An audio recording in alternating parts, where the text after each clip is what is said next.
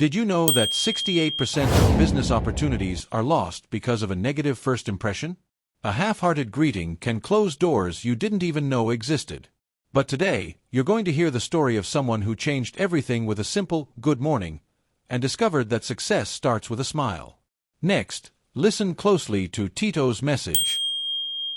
Greeting friends or partners with enthusiasm isn't just good manners, it's strategy. A cheerful, genuine greeting builds bridges, while indifference builds walls. Think about it, how many opportunities have you missed because you didn't project positive energy? Every encounter is a seed. Plant kindness, and you'll harvest trust. And when trust blossoms, the fruits are solid business deals, true friendships, and doors that open on their own. But how do you turn this into action? Now, listen to the story that proves change begins with a single gesture. Apollo, tell us how it happened in practice. Ruth, a 24-year-old, lived a routine that seemed to have no end. Working as a saleswoman in a clothing store in a bustling city shopping center, her salary barely covered her bills. The environment was impersonal, almost cold, with a clientele that seemed more interested in price tags than in the people behind them. Ruth felt invisible, a ghost who went unnoticed by everyone. Until one ordinary morning, a tired-looking woman entered the store. Her steps were slow, as if the weight of the world was on her shoulders. The store floor was silent, and Ruth once again prepared to deliver the monotonous "Can I help you?" which most of the time was just a formality with no response. But that morning, something inside her changed. On impulse, Ruth smiled, and with a genuine energy that she herself couldn't believe she was capable of generating, she said, "Good morning. It's so nice to see you here." The woman stopped, their eyes met, and for an instant, something inexplicable happened. "Finally, someone who seems happy to help me," the woman said, smiling faintly. That simple exchange would become the turning point of a transformation she never could have imagined. For years, Ruth believed her biggest problem was bad luck. She looked at others and saw only luck, while her life seemed like a vicious cycle of misfortune. But with time, she realized it wasn't luck, but her attitude that was preventing her from prospering.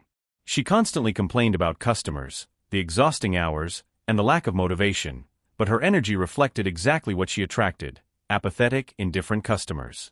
Then one day, the store offered training on relational entrepreneurship. Ruth, who was skeptical about any kind of change, decided to give it a try. Little did she know she was about to embark on a journey of transformation.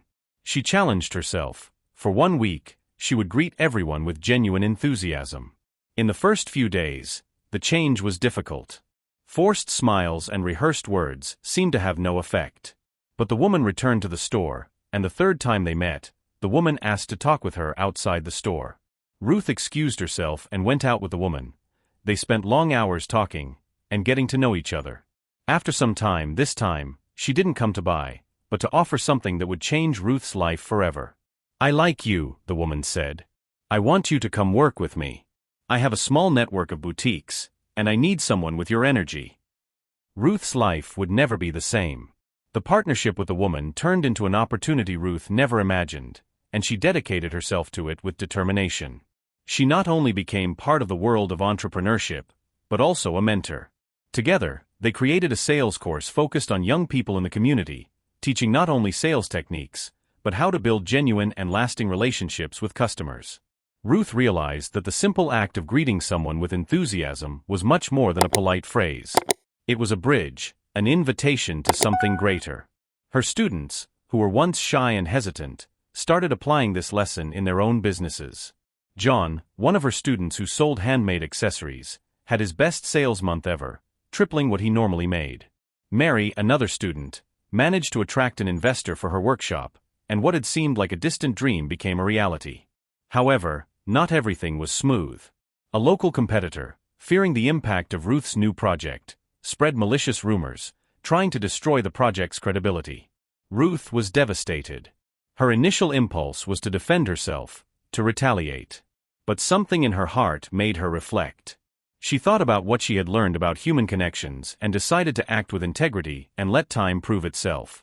Ruth's faith, reflected in her pursuit of change and her positive attitude, became the foundation for the creation of an inspiring collective project, demonstrating how collective growth can be catalyzed by trust and a willingness to positively impact the lives of others. Ruth gained the interest of an investor even with the course's short lifespan, as they were already producing excellent results. The investor requested a meeting. Ruth knew the meeting with the investor would be decisive for the project's future. She didn't have impressive numbers or elaborate slides. Instead, she opted for something simpler and more human: real success stories. During the meeting, Ruth didn't use a PowerPoint. She introduced her students, John and Mary, and talked about how each of them had been transformed by trusting in the power of a simple hello. "Sir," Ruth said to the investor, "meet John and Mary. They are examples and true proof that people invest in people." The room's atmosphere changed.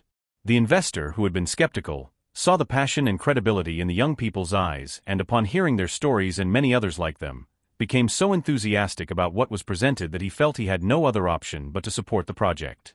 The handshake was the final answer. The Project Bridge was born and officially launched.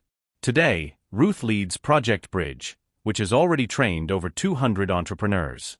Her store, once an unremarkable place, has become a market reference, not just for the quality of its products, but for the way it treats every customer. Ruth's motto, which now adorns the store's wall, is, "Treat every customer like a friend you haven't met yet." Ruth smiles when she thinks about how it all began. She knows that the key to her success was not some outlandish sales technique or a revolutionary product, but the ability to look at her neighbor with humanity and respect. She firmly believes that every hello we give can be the beginning of something great, something transformative, and that developing communication skills can open doors. And so Ruth, who once believed her life was without luck, became a reference not only in business, but in how she and her project helped the community transform lives, one genuine connection at a time. Today, Ruth holds in high regard the divine help or the power of faith in times of adversity, though without explicit situations. Next, Tito will reference biblical passages that clearly corroborate Ruth's story. Ruth's brief experience shows us that in many cases a small change in our actions can unleash a series of events that can benefit us, and we can have clarity when we hear in the passage of Proverbs chapter 15 verse 13, "A cheerful heart brightens the face." This passage reveals that our internal attitude overflows. Ruth discovered that joy doesn't depend on circumstances, but on the choice to see potential in every person. Like the woman from the boutique, she saw Ruth not by her situation, but by the energy she emanated. God calls us to be lighthouses, not mirrors of others' difficulties. When Ruth smiled, she wasn't faking happiness, she chose to trust that every encounter had a purpose. Just as Jesus saw value in the marginalized like Zacchaeus and the Samaritan woman, we too can transform lives with a gesture of welcome. In the passage 1 Thessalonians chapter 5 verse 11, encourage one another. Paul teaches that encouragement is fuel for faith and work. Ruth was not only encouraged, but she became an encourager. The Project Bridge was born from this principle: no one grows alone. Just as Barnabas supported Paul in the book of Acts chapter 9 verse 27, Ruth extended a hand to John and Mary. The Bible doesn't talk about networking, but about koinonia, communion that bears fruit. When we encourage, we reap together. This third passage, Luke chapter 6 verse 38, "Give, and it will be given to you."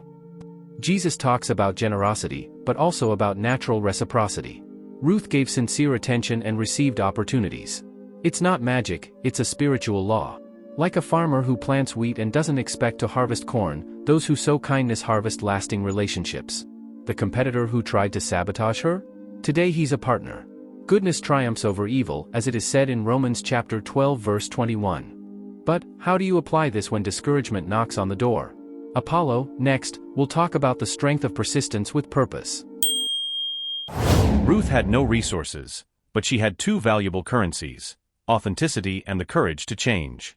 Her short journey proves that success isn't about having everything in place to believe, but about being the right person at the right time. The biblical principles we saw with Tito aren't theories, they're tools. Proverbs chapter 15 verse 13 reminds us that joy is a choice. In 1 Thessalonians chapter 5 verse 11, that growth is collective. And in Luke chapter 6 verse 38, that generosity is an investment. But pay attention, it's not about being nice, it's about being strategically human. In a world of cold transactions, those who warm up relationships stand out. Ask yourself, how can I turn my next good morning into a bridge? If this video resonated with you, help us carry this message forward. Like, subscribe, and hit the bell. That way, you won't miss the stories that will prepare you for the week's challenges. Your comments are our thermometer. What will you change starting today? In the description, We've left material on how sociology portrays these behaviors of Ruth, which will help you apply these principles in your daily life. Together, we're building a community that thinks strong and acts with purpose. If this story lit a spark in you, there's another video on the screen now that will show you how to turn your abilities or fears into motivation. It's not about ignoring difficulties, but about facing them with the certainty that you're capable of more. Thank you for being a part of this journey. We'll see you in the next video. See you soon.